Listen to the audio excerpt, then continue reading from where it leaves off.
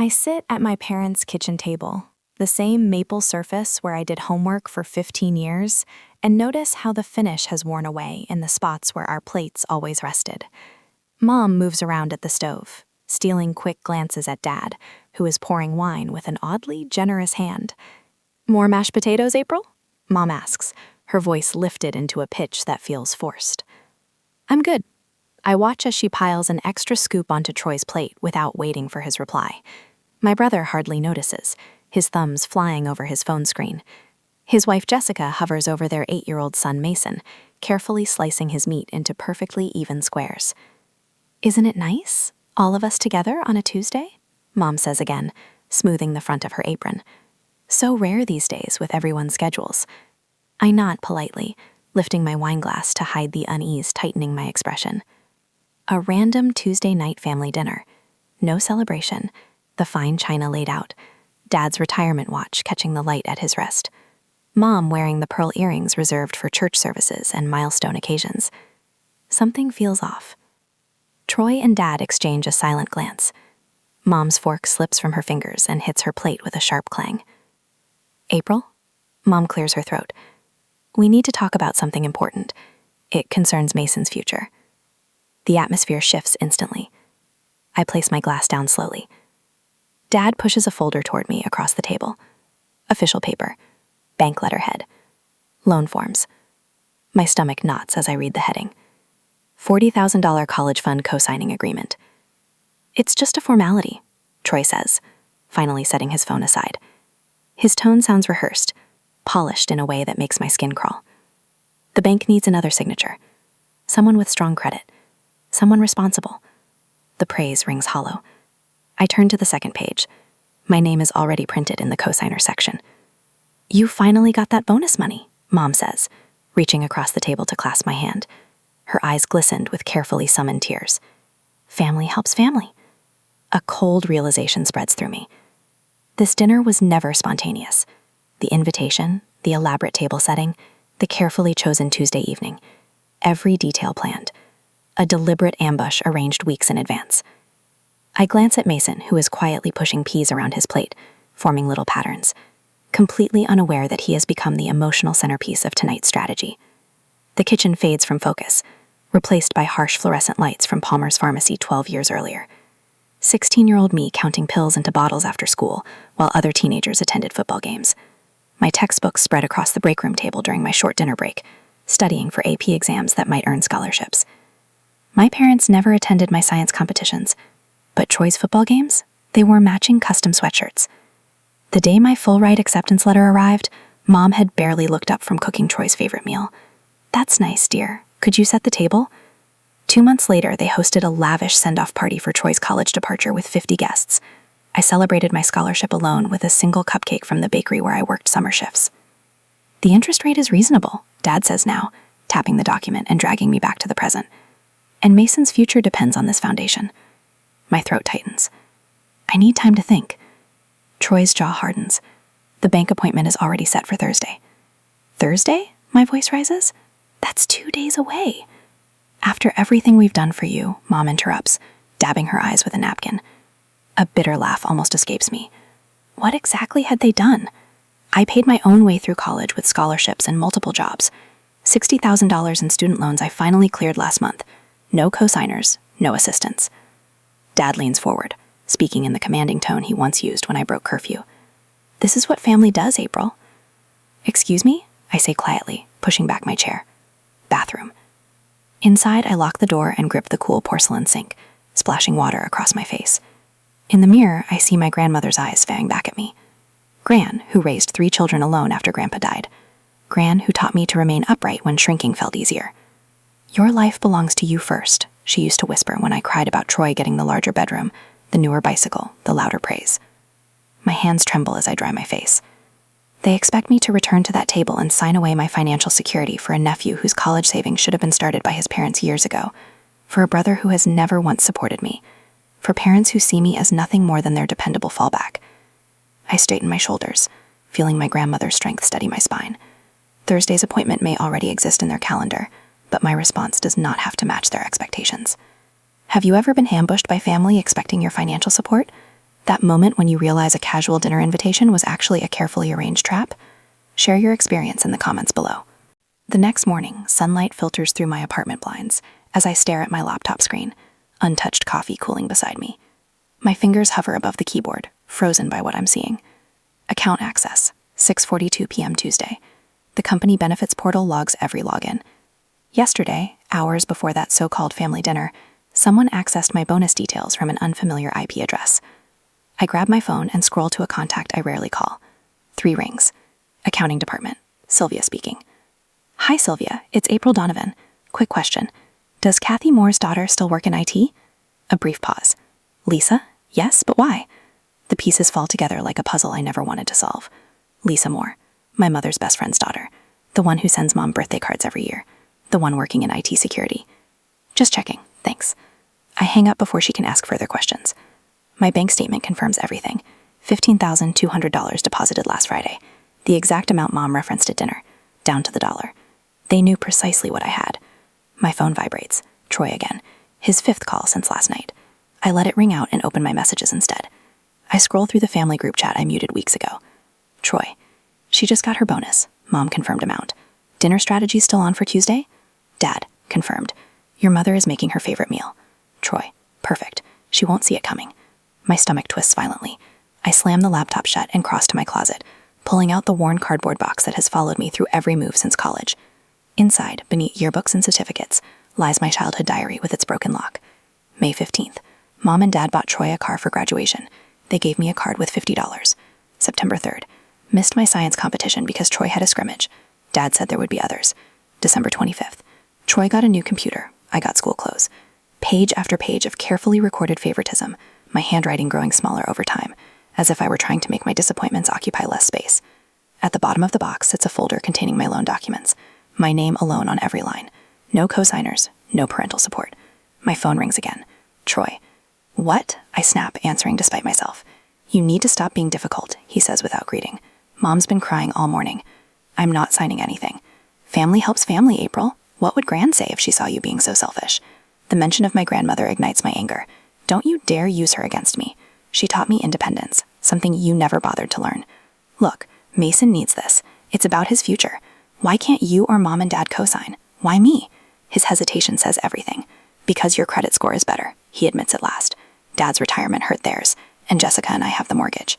So I'm the backup plan. You're being dramatic. Dad says you're embarrassing the family. People at church are asking questions. The doorbell rings.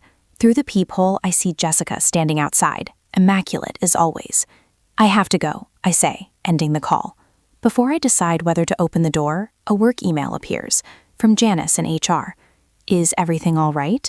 A relative called expressing concern about your difficult time. I nearly drop the phone. They're contacting my workplace now? The doorbell rings again, more urgently. I ignore it and get ready for work, knowing I have a meeting later that morning. At the office, Margaret from the research lab drops into the chair beside my desk. At 62, she has little patience for nonsense, her salt and pepper curls framing sharp, perceptive eyes. You look exhausted, she says, sliding a coffee toward me. Family issues? I hesitate. How did you know? Your brother called the front desk asking for you, claimed it was a family emergency. I told reception you were in meetings all day. Thank you, I whisper. Family usually means trouble, she says knowingly. My sister tried to pressure me to mortgage my house when our father died. She leans closer. People who weaponize family ties don't deserve your sacrifice. My phone buzzes with a message from my best friend Rachel. Just checking in. Dinner tonight? Before I reply, Troy calls again. April, we need to talk. I already spent some of the college fund money on... I reject the call, my heart racing. He's already spent money that doesn't even exist? My desk phone rings next, a local number. Hello, April. This is Mark Jenkins from First Federal. I'm calling regarding the family account your father mentioned. I hang up, hands shaking. That evening, my mother calls to invite me to dinner. For the first time in my adult life, I refuse. I can't come tonight, or Thursday. April, her voice breaks. You're breaking your father's heart. I end the call and notice something unexpected. My hands are no longer trembling. The next morning, Troy appears in my building's lobby, his voice echoing through the atrium. I need to see my sister. It's a family emergency. Coworkers watch as I meet him at the security desk. You need to leave, I say firmly. Not until you agree to sign those papers, he whispers. No. The word feels strange, yet powerful. Security escorts him out, while I ignore the stares and whispers, returning to my desk with my head held high. That Sunday at church, the bulletin board displays cheerful family announcements. I have barely entered when Uncle Roger appears beside me, gripping my shoulder. Your mother says you're struggling with family obligations. Aunt Cheryl joins him immediately. Mason is such a bright child. What a shame if his potential is wasted because of pride. They take turns confronting me throughout coffee hour, relatives appearing with rehearsed arguments wherever I go. Even Pastor Williams corners me near the hymnals. The good book teaches that family comes first, April. Your parents have prayed extensively about this matter. Prayers about my bank account? How convenient. Monday morning brings a plain white envelope in my mailbox with no return address. Inside is a single typed sentence. Ungrateful daughters burn in hell. The paper trembles in my hands. That evening, Troy calls again, his voice heavy with forced emotion. Mason asked why Aunt April doesn't love him enough to help with college. My 8-year-old nephew, suddenly concerned about higher education financing? At the grocery store the next day, Mrs. Peterson, who has known me since childhood, examines my shopping cart and speaks loudly enough for others to hear. Some people forget where they came from. The breaking point arrives Wednesday when Dad appears at my workplace reception desk, his retirement watch gleaming under the lights. I need to speak with my daughter, he tells the receptionist, authority ringing in his voice. I meet him in the lobby, arms crossed.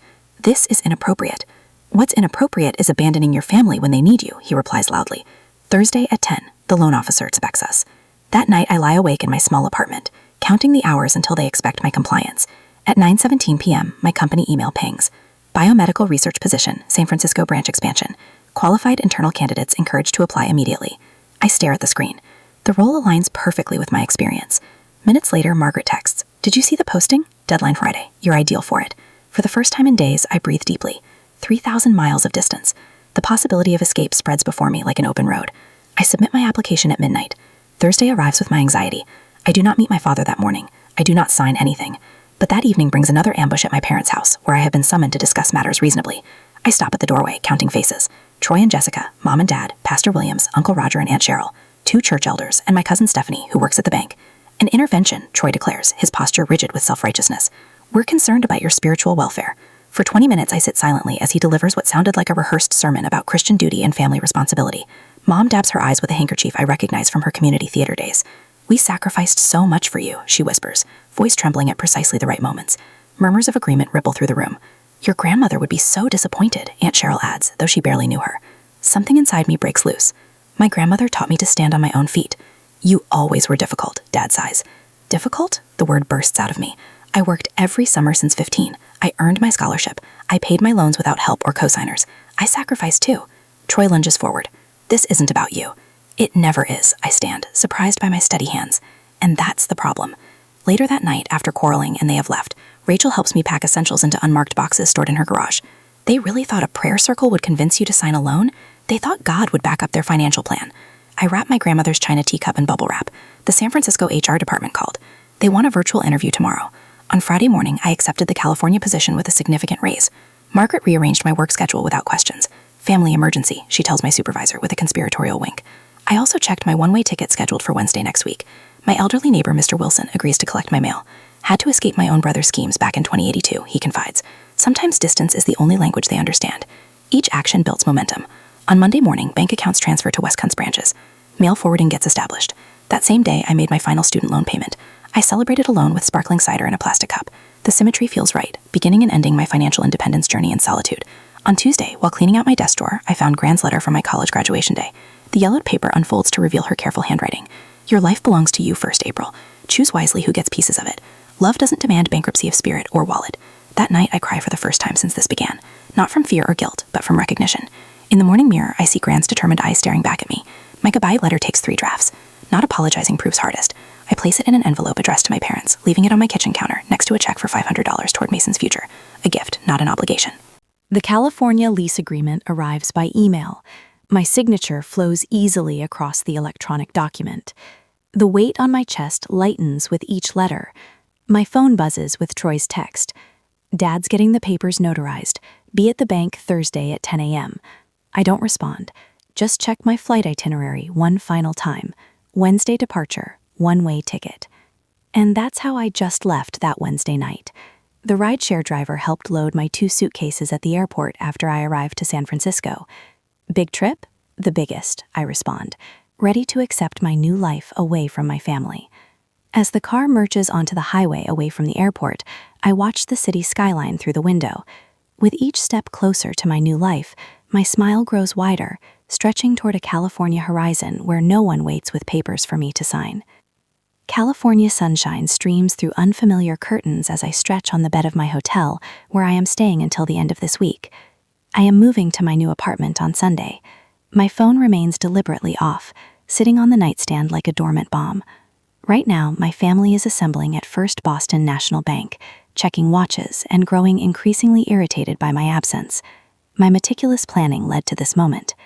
I think back to the family Sunday dinners I attended, with practiced smiles, the careful way I responded to Troy's persistent questions about the loan, with vague phrases like, "I'm still looking into it," and "the timing isn't ideal right now." I remember how my family forced me, especially my father. "The appointment's confirmed for Thursday at 10. You'll be there." Not a question, a command. I nodded non-committally while loading the dishwasher, buying precious time as my escape plan solidified. Last night, while they slept in their comfortable suburban homes, I boarded Flight 1422 to San Francisco. As the plane lifted through Massachusetts clouds, I felt the weight of 30 years of obligation fall away. My chest expanded with each mile west. I slide open the hotel room curtains wider, allowing myself to fully absorb the Pacific light. 3,000 miles now separate me from the bank where Troy paces the lobby, checking his watch every 30 seconds. My phone buzzes to life when I finally power it on. The barrage is immediate.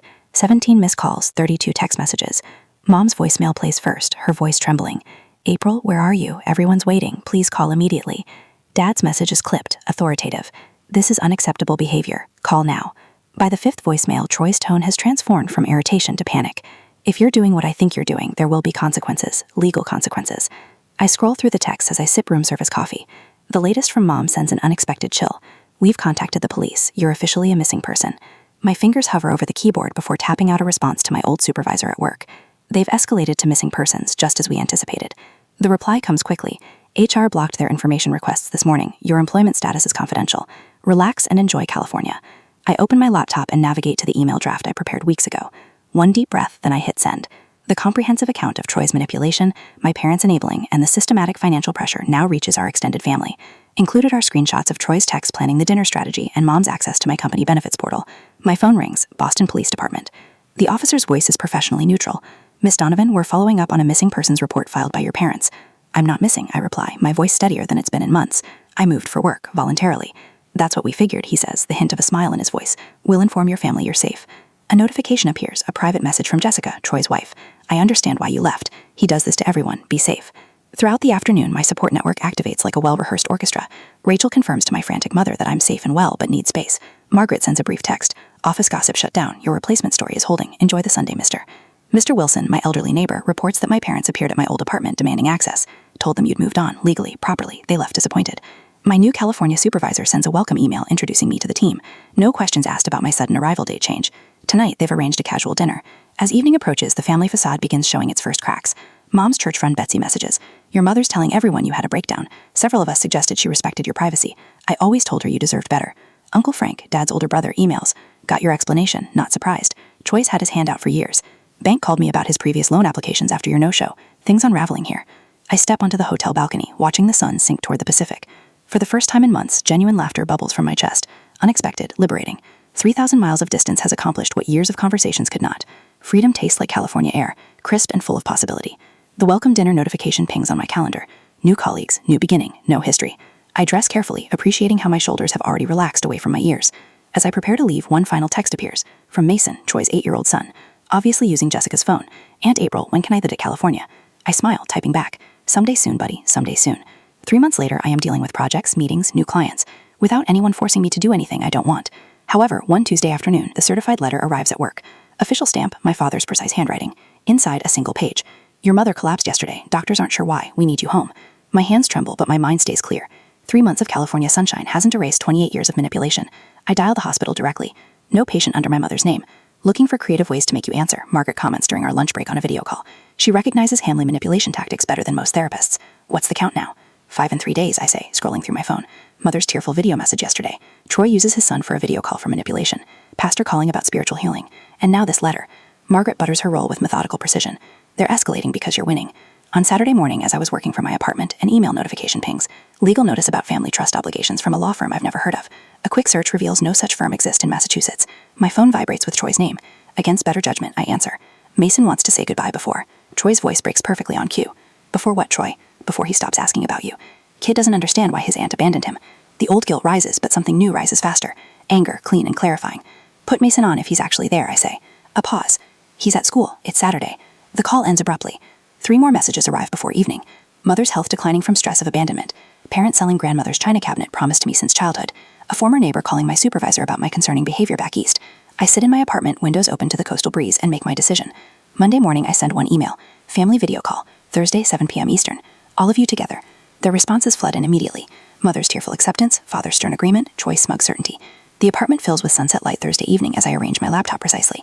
Behind me, no family photos, only my degrees and certification awards. I've prepared for this moment like a surgeon for a complicated operation. At exactly 7 o'clock, I click Join Meeting. Their faces appear in boxes across my screen. Father at the head of their kitchen table. Mother dabbing tissues beside him. Troy and Jessica with Mason visible in the background. Pastor Wilson in the corner. 3 sets of aunts and uncles I barely recognize. April, Father begins, authority coating his voice. We've gathered as a family to discuss your concerning behavior and... I will be speaking first, I interrupt, my voice steadier than it's ever been addressing him. I have prepared remarks and evidence that requires your full attention.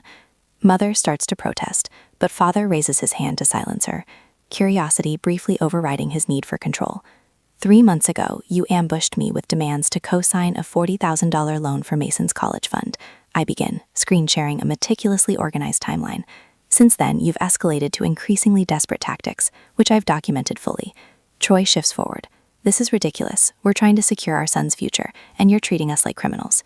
You told First National Bank the money was for Mason's education, I reply, clicking to the next slide. But I have you on record telling your poker buddy it would cover your gambling debts. The recording plays. Troy's unmistakable voice. April's bonus is exactly what I need to clear the tables. Once she signs, I'll worry about Mason's college later. Silence falls like a physical weight. Jessica's head snaps toward Troy. I continue methodically through my evidence. Bank statements proving my parents have sufficient assets to guarantee the loan themselves. My student loan history versus Troy's fully funded education. Childhood diary entries documenting systematic favoritism.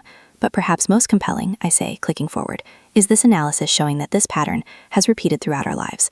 Troy receives, I provide. From bedrooms to birthdays to college tuition. Father's face has turned to stone. Mother's tears have stopped, replaced by something harder. You're twisting everything, Troy shouts, slamming his hand on their table. This is what families do. They help each other. Like you helped me with my student loans? I ask. Like you helped when I needed a co-signer for my first apartment? The assistance has only ever flowed one direction. Aunt Meredith speaks up from her square. Robert, is this true? That April paid her own way through college while you covered Troy's expenses? Father can't meet her eyes. My financial decisions are not family property, I state, looking directly into the camera. I'm willing to establish a relationship moving forward, but only under new terms. The kitchen behind them is so quiet I can hear the wall clock ticking. No contact for 6 months, I continue. After that, we can reassess based on everyone's behavior. Any attempt to manipulate me or contact my workplace will reset the clock. Father opens his mouth, closes it. For the first time in my life, I've rendered him speechless. In his eyes, behind the anger, flickers something unexpected. Respect. Troy stands abruptly. This is bull. The rest of his sentence cuts off as he storms away from the camera. Mother leans forward, her hand reaching toward the screen like she could touch me across 3,000 miles. April, She pauses, swallows. I'm sorry. I didn't see what we were doing. It's the first genuine apology I've heard from her since childhood. 6 months, I repeat, my finger hovering over the disconnect button. Your move. I end the call on my terms, not theirs. The silence in my apartment feels different now, like the quiet after a storm passes, like freedom. I stretch my arms toward the ceiling of my California apartment, sunlight streaming through windows that actually face the morning sky. 6 months in this space with an actual living room, and I still smile every time I pat across the hardwood floors in my bare feet. My phone buzzes with another congratulatory message about yesterday's promotion. The entire research team gathered with genuine champagne, not the grocery store sparkling wine my parents served when Troy got his first job after college. Breakfast on the balcony? Ellie texts, my downstairs neighbor turned friend who accepts my occasional need for quiet weekends without question. My new circle here understands boundaries aren't walls. They're healthy perimeters that make relationships possible. I glance at my calendar, where next month's vacation to Sedona glows in bold letters. My bonus money spent on desert sunrises instead of someone else's obligation. The peaceful ritual of morning coffee, without dreading the family ringtone, follows me onto the balcony. At work, Caitlin, a new lab assistant, hovers near my desk, clutching her phone. Everything okay? I ask. Her eyes glisten. My brother needs co-signers for his business loan. My parents are pressuring me, but I just started paying off my student loans. 6 months ago, I'd have mumbled awkward sympathy. Today, I pull up a chair. Your success belongs to you, I tell her, my voice steady. You're not wrong for protecting it. The words flow without bitterness. Later, declining a request from a colleague feels simple. My no emerges without the guilt that once twisted my stomach into knots. Back home, Gran's letter hangs framed beside my degrees. Your life belongs to you first. No longer hidden in a drawer, but displayed proudly, like the woman I've become. Twice-monthly therapy sessions have helped me understand the patterns carved into my childhood. The golden child dynamic isn't your creation or your responsibility, my therapist reminded me last week. The realization landed differently than before, settled rather than stinging. Weekends now include volunteer work at a women's financial literacy program. Last Sunday, I met Eric there, a curriculum developer whose gentle questions never probe beyond my offered boundaries. His hand in mine feels like invitation, not demand. Cousins from my mother's side reached out after my departure. Distant family bridges rebuilt on mutual respect rather than obligation. Last night, I realized I hadn't thought about the loan in weeks. The space it once occupied now filled with actual living. Mother's letters arrive monthly now, hesitant at first, then increasingly sincere. I never considered how differently we treated you in Troy, she wrote recently. Dad's stubborn silence has softened to brief text messages about weather and baseball scores, small steps across a wide gulf. From Rachel, news that Troy faces foreclosure without my financial safety net.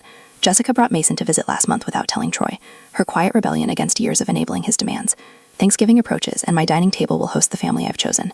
Ellie, coworkers, neighbors who have become friends. Margaret visits next week during her retirement celebration trip. Rachel flies in Thursday, already planning her toast to the woman who chose herself. Mr. Wilson's congratulatory letter sits on my desk, his careful penmanship reminding me that courage looks different at every age. Yesterday marking my freedom anniversary with a small cupcake, a traditional continue yearly. This morning, I opened a savings account specifically for Mason's education. My terms, my choice. The note I'll give him on his 16th birthday already drafted. Your future is yours to build, but support should come freely. Bye. I close my laptop on today's completed project, carrying my tea to the balcony. The Pacific stretches before me, vast and glittering. Standing with arms outstretched, face warmed by sunset, I finally understand freedom isn't the absence of family, but the presence of choice. Have you ever had to set firm boundaries with family? How did they respond when they realized you wouldn't back down?